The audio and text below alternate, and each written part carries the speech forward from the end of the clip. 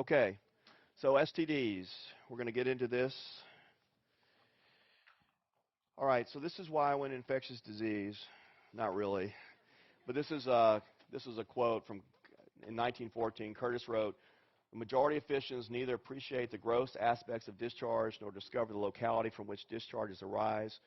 Practically none of us possesses an adequate knowledge of the bacteria involved, and most clinicians admit that their curative efforts yield poor results."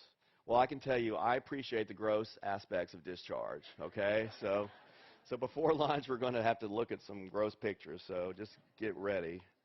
All right, so herpes. All right, so here's the fun part about herpes, as some people say, the gift that keeps on giving. This is, hopefully on the test they're going to start getting away from, asking really obscure things that you got asked during, step one, like where does herpes live in the human body, but they still may ask you about, remember it's a sensory ganglion, okay? It's going to go down and sit in the sensory ganglion and stay down there. So I would remember that. That may be something that they think is very clinically important for you to know, okay? All right. So the problem is it stays down there, and for some people it stays there and never causes a problem at all. For other people it comes out all the time, all right? And that's the issue depending on what their immune system's doing, whatever's going on with them. So generally the virus isn't going to be produced in these latently infected cells until some stimuli reactivates it. So the stimulus can include trauma to skin, stress, like taking a board exam, right? You get cold sores. Or if you become immunocompromised, so kid gets on chemotherapy for their ALL, or they have bad HIV or something like that. The result is that the HSV reactivates down there, and then it travels the axon to the skin, and then you get your little vesicle on the outside. And the deal with this is a lot of times there's not a vesicle, and so that's the reason people say, well, I've never had sex with anybody who has herpes, or I've never kissed anyone who had a cold sore. Well, the problem is that with herpes, it's shed commonly when there's no lesions, okay? And so asymptomatic shedding is important because viral shedding frequently accounts for the subclinical spread of herpes. So people don't remember they've been with anyone with herpes, but it can be shed even without having, the lesions. All right. Genital herpes, 80% is due to type 2. Oral labial, most of them are due to type 1. How do things end up in different areas? People do things different sexually, okay? And I won't go into detail, but you figure it out. If you're confused, talk to me afterwards. And, or go read, Shades of Gray or whatever that book is, okay? All right. So what they like to hit on sometimes in pediatrics is when a teenager who gets their first primary infection ever with herpes, 1 or 2, okay? And they come in, they've never had 1 or 2, and now they come in, they're sexually active, they get type 2, and they've never had 1. They're highly likely to have this scenario here where they're going to get fever, a headache, myalgias, lymph nodes, okay? And this can occur with the initial genital infection, particularly if they don't have antibodies to type 1 either, okay, which can happen. So, and in this group, if you treat them, their clinical course will shorten, and you want to treat them with acyclovir. For recurrent infection, it's rare to have systemic symptoms, thank goodness. So people have recurrences of their genital herpes. It's very rare for them to have systemic effects, but they can. The deal is that acyclovir really has little effect if they do have these acute symptoms, okay? It's not going to really change them very much. It'll get rid of the lesions, but it's not going to change if they have these systemic things. All right, so here's your nice pictures. We'll start with this. So now, here's the deal. So you're sitting so this is the fun part of taking the test on computer. So you're sitting in the room. You've got the plumber next to you. You've got the GED little 19-year-old kid sitting next to you. And you're sitting there rocking along, and you click on See Image. And this pops up. And you see the plumber look at you like, what kind of pornography are you watching on that screen, And then you look over to his and you say, ooh, what do you do? That's plumbing. Ooh, what kind of stool is that? I don't know. Okay. But, so anyway, don't be, literally, on my test, I'm sitting there, and this big penis pops up with this huge vesicle, and it's just like, oh my God, you know, and it's so just be prepared, okay? It's horrifying, you know. I mean, you're kind of rocking along, you're getting tired, and then so anyway, just recognize, you know, the vesicular lesions here. I'm almost afraid to touch the screen. It just without a glove, it's just okay. All right, they may still give you the old zinc smear, okay? So remember, this is a zinc smear, multinucleated cell. So there's at least 7 or 8 in here, it looks like. So they may give you that. Most people now, you just do the HSV antibody test on the lesion. Okay, you can send that off and tell for sure. But they still may give you a zinc. As far as treatment goes, I wouldn't worry about memorizing dosages for any of these diseases, really, except for a couple that we'll talk about. Just know that you can use acyclovir or one of its newer friends, Famvir or valcyclovir, and they work really well. And particularly if you've got a patient who, so they have it and have recurrences. So if they have a lot of recurrences all the time, then you may want to think about putting them on suppressive therapy so they don't have the problem. Or if they have an episode here and there throughout the year, then you just prescribe them a prescription, and then they can just take it as soon as they feel, usually they can tell before it happens. They'll have tingling or something or itching, and they can take it before the lesions occur, and it'll help prevent the attack, or it'll ameliorate the symptoms a little bit quicker that they're having from the itching. Now, if they're immunocompromised, so it's like a kid with ALL, and they've got disseminated herpes, or they have herpes infection in the prime of their chemotherapy, then you want to use IV acyclovir. Okay, make sure you use IV, not oral acyclovir in someone immunocompromised. Or they may give you the college kid with encephalitis, then you know you want to use IV acyclovir. Don't worry about the resistant herpes. That's not something they'll ask you on the general peds. Okay, pregnancy. You all need to be very, you know, you're all familiar with this. Remember, if the mother presents with active herpes at the end of pregnancy, she needs to have C-section. Okay, so she's got active herpes at delivery. You want to go ahead and do a C-section. Remember, most serious neonatal infections occur in infants whose mothers acquired the asymptomatic primary infection late in the pregnancy. Okay, so which is the problem? They're asymptomatic. And so the kid shows up with the lesions, and we just don't know what was going on. All right. AIDS. Lucky for you, I think, is they don't really ask a lot about this because this has become very subspecialized. Also, the number of kids with HIV, fortunately, in this country is shrinking. Now, the adolescents, not so much, but the young babies is certainly we're doing better. So still memorize the slide, okay? Now, I'm teasing. Some of you are writing memorize. No, don't look at that. So things they might ask you about. They still might ask you about transmission, although I think they're gotten away from this. But the big one, though, they still might ask you about is breast milk. And remember in the United States that this is the one time we don't recommend breastfeeding. Okay, so a mother is HIV positive. She should not breastfeed her child, okay, in the United States. Okay, because there's a potential risk that the baby will have HIV from that. So in the States, we don't recommend breastfeeding. All right, in developing countries, remember most of the transmission is heterosexual.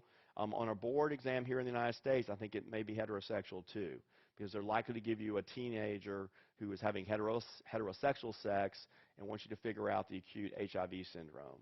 Okay, so they want you to do that. They won't make it obvious and say, well, it's a homosexual IV drug using person, like you would expect on a board question. They're going to do what the real world is now, where we're seeing a lot of cases in the adolescent female population who are having sex with IV drug users, males. So Louisiana, when I was there, that was a developing country because most cases we saw were in, unfortunately, young African-American women, okay, because they were having sex with men who were using IV drugs who were infected with HIV. For the kids, remember vertical transmission, breastfeeding, and then sex in adolescence. In 2005, half of all the new HIV infections in the U.S. Occurred in kids between 15 and 24. Okay, so that's where most of our cases, over half, are occurring, and still is today.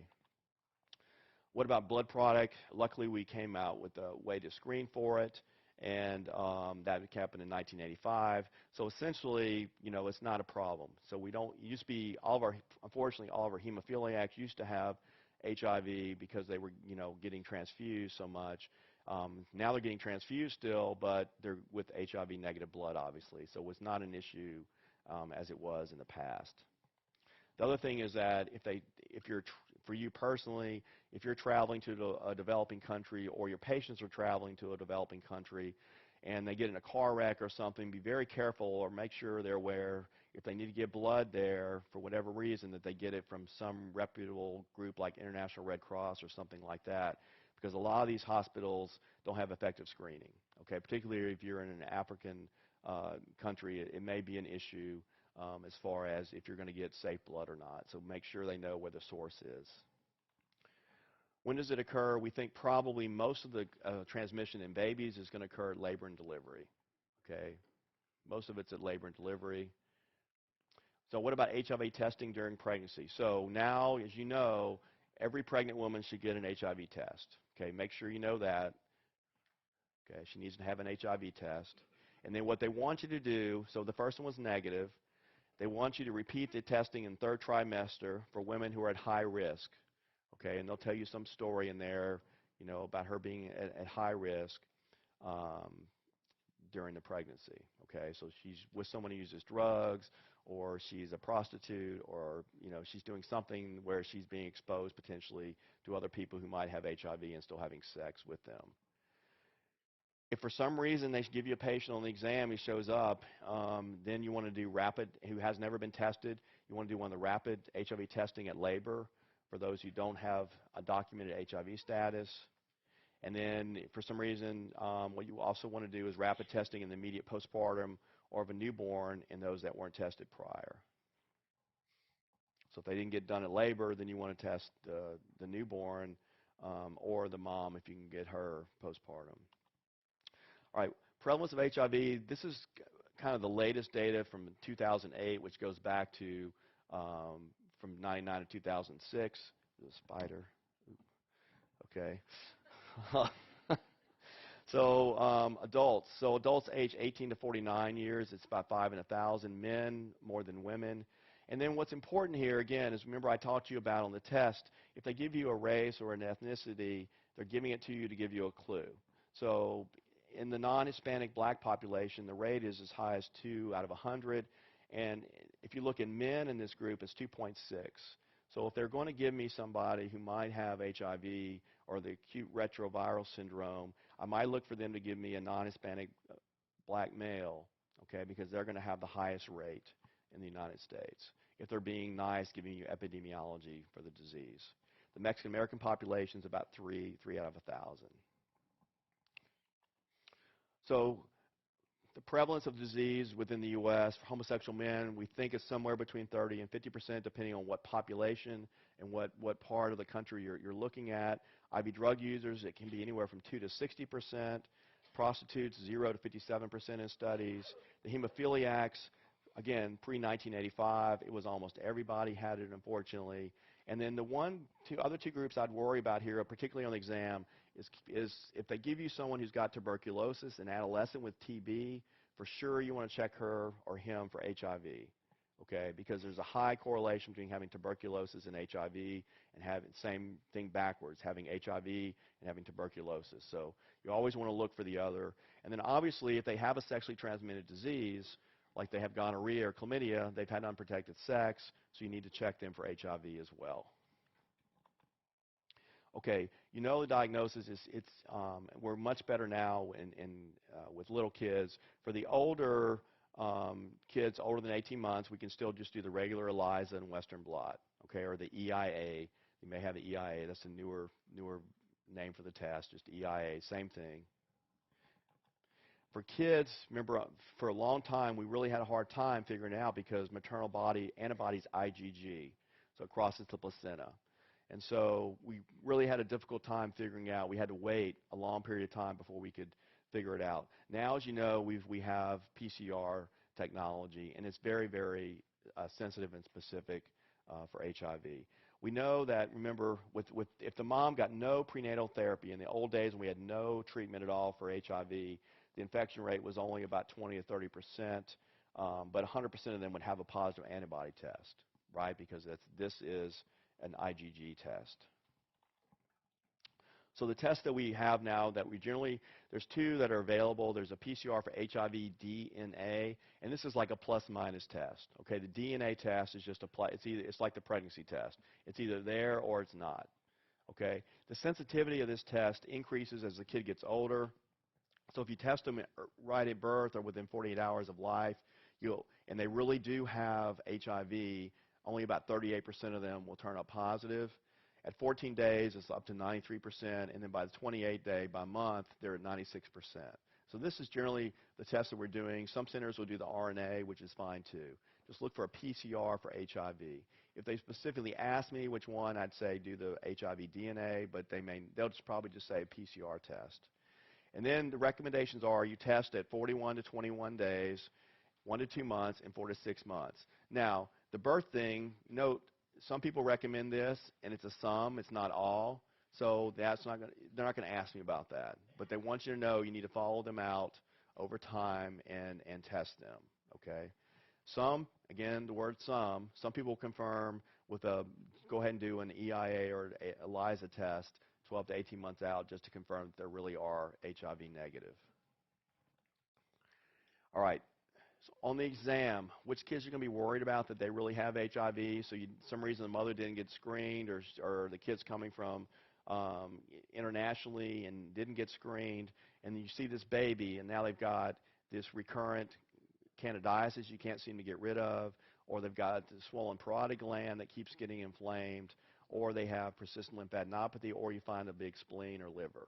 Okay, think about HIV in the back of your mind. All right, remember CD4 count is what we want to use as our marker to see how suppressed the kid is if they have HIV. And not so much the numbers here you need to worry about, but look at the percentages. So it's easy. Everything less than 15%. Okay, it doesn't matter what their age is if they're less than 15%. So in the younger kids, they have a lot more CD4 cells than older kids do. So that's just why this number is higher, okay? Because less than 15% is going to be less than 750. All right, AIDS definition as far as what is AIDS, I don't think they'll ask you this anymore. It was a big deal back in the 90s because it meant you could get Medicaid in many parts of the country. Now it's not a big deal.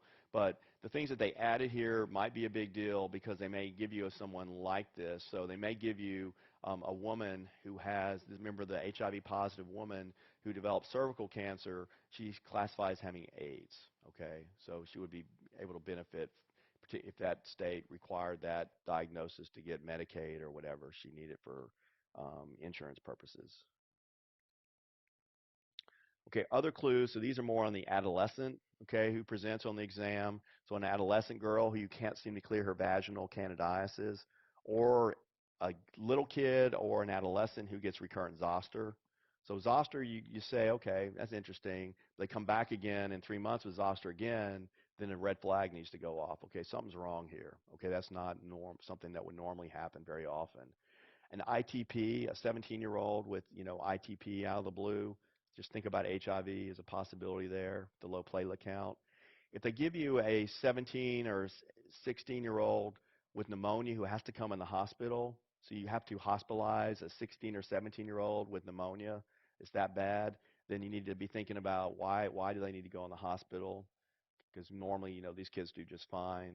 And then obviously STD and again TB. Some of the diseases here that we worry about, pneumocystis. Remember, this is still the most common opportunistic infection that we see in HIV children. Remember, the x-ray is really of no use, and you can diagnose it by a lot of different ways. They're not likely to ask you about this. This will be handled by the specialist, but you just need to recognize if you've got a kid who you're worried about HIV and they present with a pneumonia picture or respiratory distress, be very worried still about pneumocystis. The treatment's the same. It's trimethoprim sulfa or Bactrim. Okay, and then the other thing is you want to add steroids if their PaO2 is less than 70. So if they do a blood gas and it comes back and they're very hypoxic, so PaO2 is 55 or 60, then you want to add steroids with their trimethoprim sulfa. Okay, who do we prophylax? So any prior history of pneumocystis is going to get prophylaxed. If they're between, so the other thing that we do is, remember, we're trying to figure out are they really HIV infected or not in the early part of infancy. So from birth to 4 to 6 weeks, remember, we may not have a test yet, because if you didn't do it at birth and you're waiting until that later time period, the test may not be back, or it may be you just don't know for sure. Then the answer is always you don't do anything during this time, okay? These kids seem to do fine. Even if they are HIV infected, they don't develop pneumocystis during this time period usually. So birth to 4 to 6 weeks is kind of the period where they seem to do fine. They've got antibodies or whatever, and they're able to protect themselves and don't get pneumocystis. Now, 4 to 6 weeks to 4 months, if you don't know yet, their HIV test isn't back yet for whatever reason, or you've only done one and you're waiting on the second one, then the recommendations are to prophylax, okay, with Bactrim. And then 4 to 12 months, again, if they're infected, we're going to prophylax them. So once you find out the kid's HIV positive, you're going to definitely prophylax them for the first year of their life till 12 months of age. If you ruled out HIV, you just don't worry. You're not going to prophylax them, okay? We're really good with the testing now, so you should be able to tell pretty quickly they're not HIV infected. Now, 1 to 5-year-olds, again, the magic number here is less than 15%, okay? And that's what I would remember. And just look for CD4 counts that are less than 15% of normal for their age group, and that'll be the thing that they'll ask you about, okay? Kids 6 and older, again, it's less than 15%, or it's going to be less than 200, just like we see in adults. So what do we prophylax with? Trimethoprim sulfa again, and you can do it a whole bunch of different ways, okay? It doesn't really matter.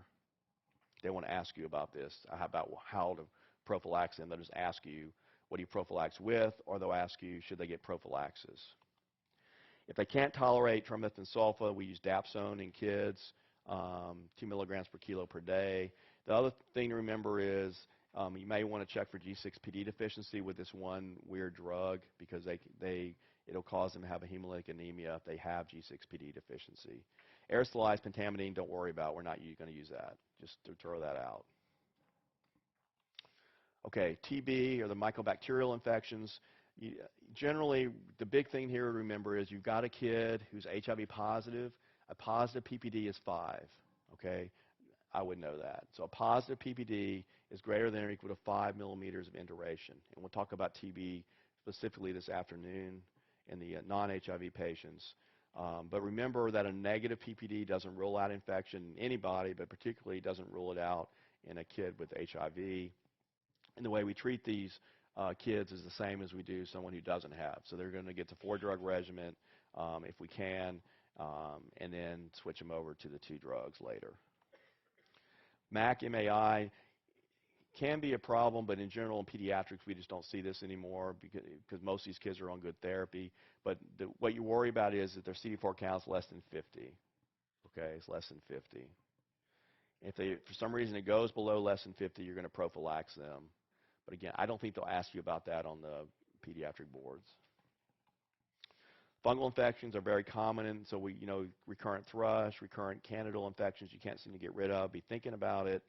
Cryptococcus, very common in adults. We just don't see it in kids, so I wouldn't worry about it on the peds boards. And then histo, again, not common at all in pediatrics generally.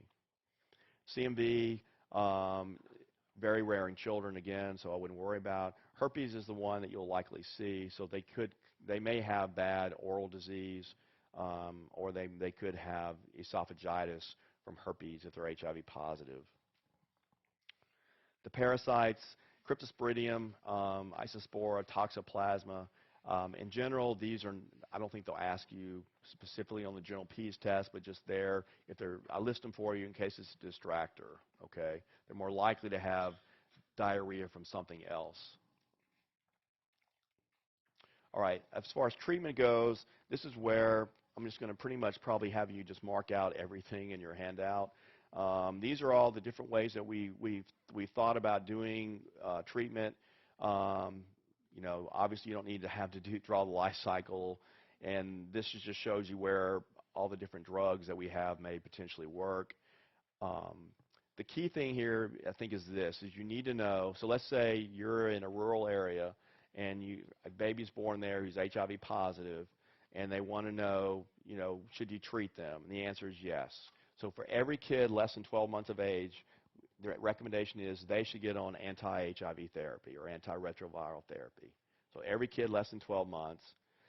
If they're greater than a year, once they're greater than a year, if they have symptoms of AIDS, so if they had pneumocystis or they had some other opportunistic infection, then for sure you're going to treat them, or they have failure to thrive or something else, you're going to treat them. And then it's based on what they want you to look at. If they're asymptomatic, you look at their viral loads or you look at their CD4 count. And these numbers here, I wouldn't worry too much about. I think the big one they want you to know is the babies who are born to an HIV-infected mother and they really have HIV, they should be treated with medications. Okay, they need to be treated at least till the age of 12 months.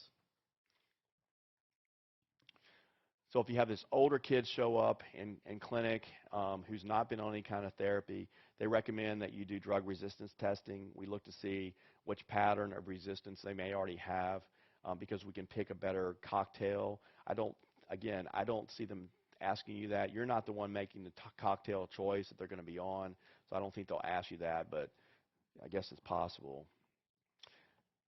This is where you can just start marking out. Okay, don't memorize this. Please do not spend a lot of time looking at these, learning all these drugs. I mean, you just don't need to know this. Okay, you don't need to know this anymore. There's just too many of them. When it was AZT by itself, you had to know that. Okay, now, you know.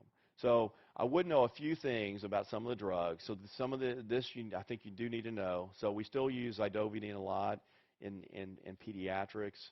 What you need to remember with it is that they can have bone marrow problems. That's all I'd remember. Zidovudine with bone marrow. 3TC, the big thing I'd remember about it is pancreatitis. Okay, and it's got a cousin here, FTC, which you use more often now. But so just remember, you know, if you see FTC or 3TC, it's pancreatitis. If you had to guess, so the point is, if you have to guess on the test, if it's not zidovudine, then just pick pancreatitis, okay? Because that's probably what they're asking you about. DDI we hardly ever use anymore, but again, pancreatitis and then peripheral neuropathy was a problem. And then abacavir is an interesting one because it's a drug that the only way I can see them asking about it is because the kid's on Zygen and they have this hypersensitivity reaction, and the point is you need to know is you never want to re-challenge them with the Zygen because you'll kill them. So that's probably important, you know. So you go, okay, the kid had this fever, chills, rash thing. You send them to the HIV doc. They took them off the Zygen, and they come back to you and they're all better, and they say, well, don't you want to restart their HIV med? Zygen, and the answer would be no. Okay, you don't want to do that. There is this screen here, which is this looks like something the PEDS boards might hit on. I don't know, but you can do this HLA-B star 5701, and this screens for the hypersensitivity. Okay, you can do that. All right, nevirapine is commonly used, particularly internationally. We're looking at some studies trying to prevent transmission with this. Remember, rash is its main side effect. And efavirenz, the only reason I mention this is it's used some still. And what you need to, so what I'd worry about is you've got this adolescent girl on the test, and she's on this drug, and she comes to you for primary care because she's had amenorrhea, and you diagnose her with a pregnancy in clinic that day, and you need to know to stop this drug. Okay, you need to know to stop this drug. So that's one of the few drugs I would know that you need to just be aware of. You don't want to use it in pregnancy. Don't just mark all these out. They're not going to ask you about any of these protease inhibitors or the fusion inhibitor. Don't worry about that. Here's the preferred recommended therapy. I would mark this out. I'm giving it to you, but they're not going to ask you to pick. I can't imagine them asking you to pick HIV therapy for a kid. Okay, they're just not going to ask you that. All right, when do you switch? All right, the biggest thing is that we follow is you want to look at the viral loads. Okay, you want to look at the viral loads, and generally what you want is undetectable levels. So if just basic way to remember it is you want the CD4 count as high as possible, and you want the viral load down to nothing. Okay, just remember it that way, and you'll be good. Generally, we're going to switch whenever we see a bump in the viral load. or the CD4 count's dropping, or there's something going on clinically, the patient gets an opportunistic infection or something. And the point is that's when you're going to have to send some type of, it's like we have an antibiogram for antibiotics. We have the same thing for the HIV drugs. So you can send off genotypic testing and determine, what's going on and which drugs are going to work better. Again, you won't be deciding that. The one they might ask you though is toxicity. So they'll give you somebody who's had a pancreatitis to their FTC, and you need to stop that drug and then send them to the specialist to switch them to something else. Okay, HIV. This is one that I think they might ask you about because this is something that's doesn't involve you having any knowledge of the disease itself. It's just someone who gets a needle stick in your office, say, from a kid who's got HIV. What you need to know is you need to answer two questions. Is the fluid that they're exposed to bloody, and was the skin integrity compromised? If the answer to both of those is yes, then you're going to give prophylaxis. Okay? The most common thing they'll give you on the test is they'll give you someone has gotten urine on a kid with HIV. It's sitting on the counter. It falls over. It spills on someone's hand, and they want to should they take HIV medicines? The answer is no. Okay? Because it's not going to be bloody, and there's not going to be skin compromise. And you go, well, what if the urine's bloody and they had atopic dermatitis? I say, I don't know, but that's not going to be on the test. So they're going to give you a needle. They'll give you a needle stick, but what they're more likely to give you is a urine exposure to, it's not a big deal. Okay. Infant antiretroviral prophylaxis. So remember, the mom is HIV positive. She comes in to labor. So we still do this. We do the intrapartum zidovudine IV loading. We give 2 milligrams per kilo starting in labor to the mom and continue at 1 milligram per kilo per hour until delivery. And then when the baby's born, we start them on oral zidovudine beginning at 8 to 12 hours after birth to age 6 weeks. And we start that at 2 per kilo per dose every 6 hours. And the other thing is during pregnancy, we're going to treat the mother as though she's not HIV positive. And we're going to treat the mother as though we're going to treat her as though she's not pregnant. In other words, we're going to give her all the drugs that we want to give her to keep her viral load down. So she's going to be on 3-drug therapy. Remember, we don't want to use efavirenz, and generally we avoid these Ds here because of interaction. I wouldn't worry about these. The efavirenz is the one I think they might ask you about. If they give you someone who comes in your clinic, you diagnose with pregnancy, and she's on this drug, just stop it. If the mom's not on antiretroviral drugs before delivery, then you want to start zidovudine daily with 3 doses of nevirapine in the first week of life, at birth, 48 hours later, and 96 hours after the second dose. So you want to add this nevirapine thing. Okay, if the maternal viral load is greater than 1,000, the recommendations are at the time of delivery, you should offer her a C-section at 38 weeks. So if you can't get her viral load down to undetectable, then you can offer to her. It doesn't say everyone should have it. It's just saying you should offer it because she may decide not to have it, and that's her decision. Okay. All right. So on the HIV stuff, I wouldn't fret too much about all that. I think most of it, they're going to ask you about are just the things that I specifically said, because it's very specialized now. I mean, it's like oncology questions. You're not making up a cocktail of chemotherapy for somebody. So they know that, and they've really gotten away from asking about specific treatment. Also because it changes every 6 months what they recommend, so it's hard for the boards to keep track of it. All right, so something that there's for sure is going to be on the test, and probably several questions, is gonorrhea. So let's spend a little time on this. And I've given you, remember the chocolate agar, the Thayer Martin? Now we have these probes that we use. So some of you have never done a culture for gonorrhea. That's fine. The highest attack rate is 15 to 24-year-olds. Remember, it's just male to female transmission after single encounter is about 50%. Female to male is about 20%. All right, genital infection in men is just discharge. Okay, discharge or asymptomatic. That's pretty much all you need to remember. If there's a discharge, then gonorrhea. If they're asymptomatic men on the test, it's gonorrhea. No. So you didn't get the joke, but anyway. So there's an asymptomatic guy standing there. He's got gonorrhea. No. Okay. These are the things Keith talked about. Epididymitis, remember, is a common cause of that in this age group. All right, for women, the cervix is the most frequent primary site. It's very, very, very common to be asymptomatic in women, okay? So they may not have anything with it. The problem with that is with it being untreated, is it likes to go other places in the body, right? And so that's where it shows up as a favorite board question when they get the Fitzhugh-Curtis, they get the perihepatitis, or they get disseminated gonorrhea. Extragenital places he likes to go to, the throat, so just be suspicious of an adolescent with a sore throat who the strep test is negative or the monospot's negative, and they talk about him being sexually active for some reason in the question. Think about, could it be gonorrhea? And the neonates, you all know, are familiar with the conjunctivitis. This is why we use prophylaxis, is to prevent gonorrhea from being transmitted that way. And then adults can auto-inoculate their eyes. I won't go into details about that. You can think about it.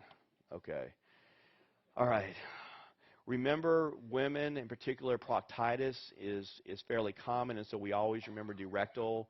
We do rectal cultures or probes looking for gonorrhea there as well. Usually it's asymptomatic. And then the neonatal, it can be transmitted in utero following a rupture of membranes. Obviously, they get it coming through the birth canal, and they can get it postpartum sometimes from the mom. It's been reported as well. All right, PID, very, very important for the boards. For sure, they're going to give you a PID question, so star this. Remember, with gonorrhea, we talked about you can spread through the tubes. You can get a perihepatitis, which is, the name Fitzhugh-Curtis. Common, they'll have the classic symptoms of lower abdominal pain, pelvic pain.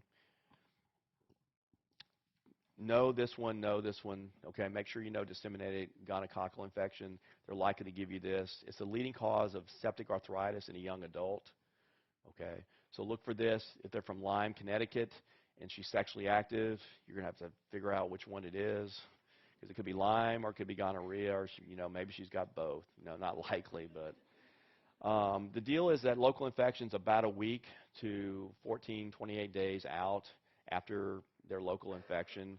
And remember, the classic board thing is menstruation, right? They start their period and then it disseminates. Okay, so that's classic. So they'll have a period and now they have an arthritis. So just think, okay, they're trying to get me to think gonorrhea. Just like we see with meningococcus, terminal complement deficiency increases their risk. So this is the arthritis down here, and then you can see these are the lesions that you commonly can see with this. All right, early on with disseminated gonorrhea, you get this migrating polyarthralgia. So, he or she may complain about, the wrist hurts and then the knee hurts, and so it seems to be moving around. They'll have that pustular skin lesion I just showed you, and they may say the word tenosynovitis. If they say that, they're trying to get you to think gonorrhea in an adolescent, okay? Late is when you get disseminated, you go to the heart, you can go to the brain, bone. Classically, what you want to look for is a gram stain showing the typical intracellular gram-negative diplococci. Remember, for men who have discharge, it's very, very sensitive. For women who are symptomatic, it's not as sensitive, but it's specific as far as seeing it on the gram stain. So gram stain can give you the answer right then. Cultures are sensitive, and the probes are just as effective. So many of you are doing the probes because they're cheaper as well as easier to do. So on a woman with a positive gram stain, you need to do the culture of the probe to confirm the diagnosis, just because women can have other Neisseria that are not necessarily gonorrhea. So you want to make sure the probe is positive before you label her as having gonorrhea. You treat her ahead of time, obviously, but your culture would be helpful. So a teenager presents with gonorrhea. Her male partner is not an upstanding citizen. Some people might use the word Neanderthal. Do I really have to memorize these doses? Yes, you have to know only the drug names. Yes, if you're a male, you have to. Yes, if you're a Neanderthal female. Or yes, if you're self-treating yourself often. Okay, so what do y'all think?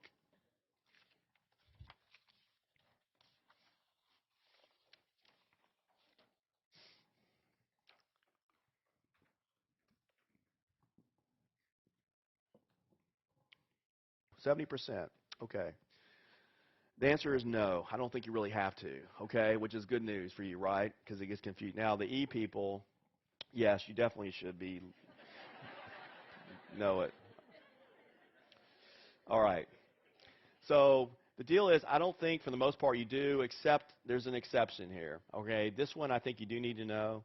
So ceftriaxone, okay, you need to remember 250 now. They got rid of that. Remember, there was a 125 dose and a 250 dose? They got rid of the 125, which is good news. But they may still have it on the test. So 250 is the dose for everything gonorrhea now, okay? Unless you have disseminated, then you're going to use a much bigger dose, which makes sense. So for the most part, you'll need to remember. Now, here's the caveat. How many of you knew this? In July 2011, they say if you have gonorrhea, they want you to use 2 drugs for gonorrhea, okay? Because it's resistant to ceftriaxone in some parts of the country. So if you're not doing this, talk to your health department or you may have low levels in your area, and they may say, hey, it's still okay here. For the boards, though, I don't think PEDS boards will pick up on this yet, so I think we're still okay. But if they did, this would be the right answer, too, because what? You're treating what? Chlamydia at the same time, right? So it's actually a good thing. Just to do both. You're treating chlamydia and you're treating the gonorrhea, okay? But just realize a year ago they came out with new recs saying you need to add azithromycin to treat gonorrhea, okay? All right. This is also the only dose that's approved for, or the only thing approved for. Remember, the other thing you'll notice here is Suprax is gone. This guideline here, July 2011, took it out and said, Suprax, you can't use oral therapy. You need to give them the shot because we're really, really worried about the resistant problem, okay? Notice there's no other drug here. This is it. Because the quinolones are gone, penicillins are gone. This is the only thing you can use for gonorrhea now in the United States. Ceftriaxone plus azithromycin. Okay. For disseminated disease, you're going to use IV therapy. That makes sense, right? So just use your regular old ceftriaxone, okay? And then you can follow it up after you do that with cefixime. They say it's okay. Now, what's interesting, this guideline here, the CDC guideline, only talked about this, urethral cervical rectal treatment. They didn't talk about bacteremia or PID or anything else. So I'm not sure what the right answer is for that in the real world or on the test, but for now, the right answer is just this. So you don't have to do the azithromycin for this, okay, because probably because this huge whopping dose of ceftriaxone will wipe out anything that's even a little bit of resistance, okay, is my guess. But they haven't changed the 2010 STT guidelines. This is what the recommendation is still from them, okay? So this is still current, and you can still follow them with the cefixime, okay, after that. So it will be interesting to see what they do if they change the STD guidelines. But for now, this is the right answer still. For PID, choose one of these 2. I would know both of these. You don't worry about the dosages, but just know the drugs. They classically like to give number 2 for some reason, supposedly. So Clinda plus Gent, okay, and then you want to give them doxycycline. Or give cefoxitin or cefotetan and doxycycline, okay? I would know both 1 and 2. I wouldn't worry about the alternative. They want to ask you that.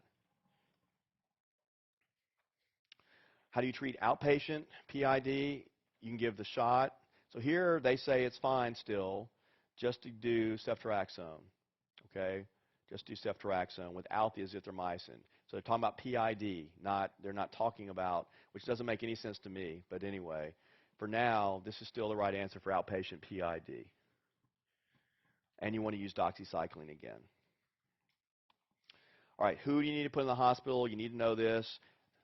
The evil pregnant woman, okay? So you're adolescent, you find out she's got PID from gonorrhea, and she's pregnant. You diagnose her pregnancy there. She needs to come in the hospital, get therapy, okay? Being an adolescent does not by itself qualify you for admission anymore, okay? They've taken that out. Be careful of the adolescent who's throwing up and she can't keep anything down, and they keep saying she just can't keep any of the liquids down or whatever. Then you're going to put her in the hospital, okay, because she needs to get the IV therapy for a while. The other classic one they like to ask you is, you've treated her outpatient, she comes back, in 2 days and she's no better, she goes into the hospital. Okay, know that one. That's a good one to know. All right, chlamydia, just real briefly on it. I wouldn't know too much of this stuff here. It's more epidemiology things. Remember, it causes epididymitis. Most of the epididymitis in men in the States, everyone's co-infected. Remember, if you do a gram stain, if there's some discharge or some exudate from somewhere in the GU tract and you do a gram stain of it, and all it shows is white cells and doesn't show any organism, they're probably trying to tell you it's chlamydia. Okay, just be guessing it's chlamydia. All right, LGV is just chlamydia gone wild. So this is where you get a more serious infection from chlamydia, and I go through the kind of the pathophysiology here for you. I don't think it's important, but you do get it is a painless vesicle, so sometimes you can confuse it with syphilis initially. And then you get these big, gross lymph nodes and fistulas, and it just keeps going and going. In pediatrics, they're less likely to ask you about this, but it's possible they may just ask you what causes lymphogranuloma venereum, and you need to know it's chlamydia. Okay. For women who get chlamydia, remember it's a discharge commonly if you're going to see something very similar to GC, and probably causes as much PID as gonorrhea does. There is this acute urethral syndrome that we see with chlamydia. They have dysuria, pyuria, and you do a urine culture, and it's sterile. Okay, think of chlamydia as causing that. Again, men can get epididymitis from it. Culture, you can do Giemsa stains. Most people are doing the rapid assays that are readily available, right? Everyone's pretty much doing that now. You don't need to check serology. You wouldn't do that anymore. Treatment, urethritis, cervicitis, conjunctivitis, it's azithromycin. That's the best thing, I think, right now that they would give you. But probably on the test, they'll still give us doxycycline. Okay, so don't be surprised if they still have doxy as a choice. The big one I would know, again, is the evil pregnant woman. So she's got chlamydia. Okay, you're going to not use doxycycline in her. Okay, that's the key thing you need to remember. She gets azithromycin or amoxicillin, which seems really weird, right? But that's the recommendation still in pregnant women, is amoxicillin can be used too. And that's classically what they'll give you as an answer on the test. So don't be fooled by that. It's recommended in pregnant women. Or you can use erythromycin if she's pen allergic and azithromycin allergic. You could use erythromycin. And remember, the estolate form, pregnant women seem to have more of a problem with hepatitis from this one, so we don't use that. And then LGV, the big difference here is you use doxy, and you're going to treat for 21 days. Mycoplasma, genital mycoplasma, it's probably, if it's on there, it's probably on there as a distractor. Can cause some of the same symptoms that we just saw with the other things. And you're going to use the same treatment, so it's not going to make any difference. You're going to still treat, if they have discharge or whatever, or urethritis, you're going to treat them pretty much the same. If they don't respond to therapy, then it's not as sensitive to tetracycline, but you may need to think about a quinolone, but I don't think they'll go that far with you. It's checking this. Okay. All right, syphilis, just real briefly. Rates in the States fell rapidly in the 2000s. Here's the latest data from 2010, and it's in your handout. I'll let you look at that. For me, the interesting thing is the highest rates are in D.C., where our representatives and congressmen are. I think that's kind of interesting. So, all right, primary syphilis. All right, so remember primary syphilis. This is a chancre is going to be, and this again, be prepared. They may show you a penis or a cervix or a vagina or a butt. And remember, it's painless. Okay, syphilis is painless chancre. The problem with syphilis is, remember we talked about Lyme, is it's spirochete and can go everywhere. And so classically what you'll see is with secondary syphilis, you'll get the rash, okay, nickel and dime lesions from the rash, which Amy's going to show you pictures of that in derm. And then alopecia, which is the other one I told you not to forget. Remember, lupus can give you alopecia. Don't forget secondary syphilis in a adolescent girl whose hair is falling out. Be worried about that. Okay, so what happens with untreated primary or secondary syphilis, the signs and symptoms usually will resolve on their own if you don't treat it, and then they'll go into this latent stage. So you get early and latent, okay? So everybody hates these names. But early latent means you've had infection for less than a year, and during that year, you're usually infectious, okay?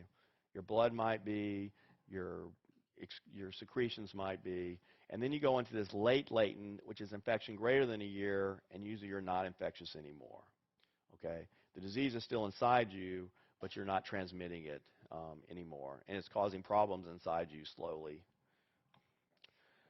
Diagnosis, VDR or RPR is still a test that they're going to give us to look for. You do those first. If one of those is positive, then you do one of the specific tests. Or if they give you a lesion, you can do dark field microscopy if anyone still knows how to do that.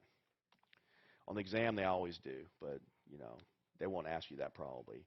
Remember, in the first year of infection, you get meningitis with it. Be very worried about your HIV-infected patient who has syphilis and may develop a meningitis. And then we worry more in adults, but like a 30-year-old, but you can actually get a stroke from syphilis, so we always look for that in young people with syphilis who have a stroke. And then these are seen decades and decades later and not something you'll see in pediatrics, so we can skip this. So diagnosis, the serum, the main thing is with neurosyphilis is that you need to remember that the CSF VDRL is commonly negative, okay? So the deal is, though, if it's positive, then they really do have it, okay? That means they've got it. So a CSF VDRL means they really have syphilis in the meningitis, okay? They really have neurosyphilis. All right, treatment early, so the primary, the secondary with the rash, okay? We're going to use the one shot of Pen-G benzathine, 2.4 million units. If they're pen allergic, you can use doxycycline. For the late disease, which generally on the test you don't know, they just say there's a positive RPR, you have no idea, there's no chancre there, so you don't know how long they've had it. Then you want to give them the 3-shot, okay? So once a week for 3 weeks, they get penicillin G. For neurosyphilis, remember we're going to use IV penicillin. And then congenital syphilis, you're all familiar with this. We give them the penicillin every 12 hours for 7 days. And you can also give them the Procaine. But generally, we're going to use IV therapy for these kids. The other thing with syphilis is briefly the pregnant woman who's pen allergic. What do you need to do? Desensitize. Okay, so the pregnant woman who has syphilis, you need to desensitize her if she's allergic to penicillin. Chancroid, I'll just mention, know the name. They love to ask this name, Haemophilus ducreyi. So just know that causes chancroid. It's mainly going to be seen in someone who's traveled to the Caribbean, maybe on spring break or something like that. And this causes a tender papule, okay, or tender pustule. Okay, so these are painful ulcers. And the classic thing they could ask you about is diagnosis. You do a culture. You can also do a gram stain, and you'll see this picture. This is what it looks like, kind of gross. And then this is the school of fish. Looks like minnows. This is it. This is chancroid. Treatment, just remember azithromycin. If you have to guess with the STDs, pick azithromycin except for gonorrhea, and you'll be right. So any of the weird things, azithromycin usually works, or doxycycline. In this case, though, it's azithromycin. So in your lifetime to date, how many cases of granuloma inguinale have you diagnosed in real life? We'll skip this because it's a joke, obviously. But so probably, has anyone seen a case of granuloma inguinale? Anybody at all? No, neither have I. Okay. So, but it's always on the test. And you know why it was always on the test? Because of this name here. Because they like to put this name and scare people. But now, unfortunately for the boards, it's now just Klebsiella. We made it easy, so it's kind of boring now. So it may not show up as much anymore. Less than 100 cases in the U.S. Sounds like something you should really know for the test, right? Okay. So I go through it here just so you can see what it is. They used to just ask you the name of the stupid bacteria, okay? It also would talk about these Donovan bodies, and this is what this, it looks like a safety pin, okay? And they could show you, used to show a picture of that, supposedly, and that you had to know was granuloma inguinale. Treatments, doxycycline for a long time, 3 weeks. So HPV, on this one, just remember 16, 18, okay? So B is the right answer here. 16, 18, 31, 35. Those are the ones, and the big two, 16, 18, those are the ones that are in the vaccine, right? 16, 18, because those are the ones that most commonly cause cancer. All right, we've already talked about a little bit of HPV in adolescent. The big thing here, again, is I would remember that 16, 18. Remember, this is kind of like herpes in the way, once you get infected with it, it's really hard for you to get rid of it, and actually becomes part of your basal cell layer. Okay, it becomes part of the basal cell layer of the skin. Here's some nice pictures before lunch here of HPV. So these lesions, unfortunately, I'll leave it up for just a second, but if you see lesions that you can see, okay, these are not cancer-causing ones. That's the problem with HPV. You think, well, if you had this, you'd obviously go see somebody about it, right? Well, they do. But the problem is these aren't the lesions that cause cancer. It's the ones that you have that are microscopic. You can't see them to the naked eye. So we see those on a pap smear, right? So that's why you have to do pap smears in women, okay? Because you can't see the ones that cause cancer, the HPV that causes cancer, don't cause lesions that you can see. All right. Remember the flat condyloma, those are the ones not visible. You have to do colposcopy, which I don't know how they're going to add. It's on PEDS boards, I guess the way they could do it is now they give you an HIV-infected patient who has an abnormal pap smear, and you need to know they go to colposcopy. Okay, if there's an abnormal pap smear, just send them to colposcopy. That'll be the right answer. A few exceptions, but in general, just you'll be fine. Just remember colposcopy. Okay. All right. Diagnosis, PAP. You can also do HPV viral testing. Remember, no treatment has been shown to be effective, at least the old treatments where we use podophyllin and cryotherapy. We've got the new drug, Aldera, which causes our bodies to fight against the wart. And then the other deal is CDC says now, without evidence of genital warts or cervical abnormalities, treatment is not recommended for subclinical genital HPV. Okay. So they don't. So particularly in pediatrics, we don't treat it. So this is pediatrics. So if you find it, you're generally not going to treat it. For a normal, if for some reason someone's done it on a normal adolescent for whatever reason, generally you're just going to watch it. Okay. All right, HPV vaccine. We talked about the 3 shots. Trick we mentioned on the test. And the big thing here is, remember, men are asymptomatic. Here's a lovely discharge for you. And then remember, it's wet mount. But you can also see it on pap smears. Also see it on pap smears. And treatments, metronidazole. We have the new drug, tinidazole.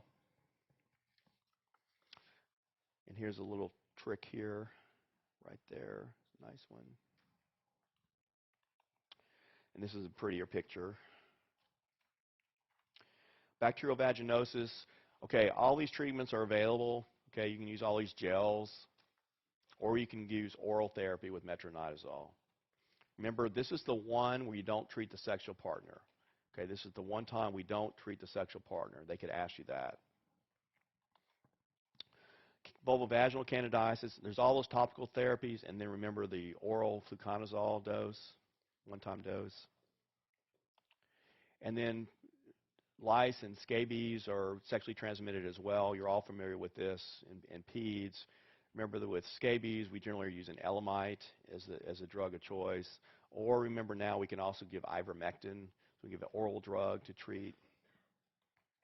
There's some cute pictures of crab louse. Okay, and then the very end, I've just listed things that I think you need to be aware of, okay, on the exam. So just go through these, when you go back and review this STD lecture, I know it's a lot of stuff kind of thrown at you, but this will be the things that they're most likely to ask you about on the test, and you should be able to be familiar with these. I think that's it. All right.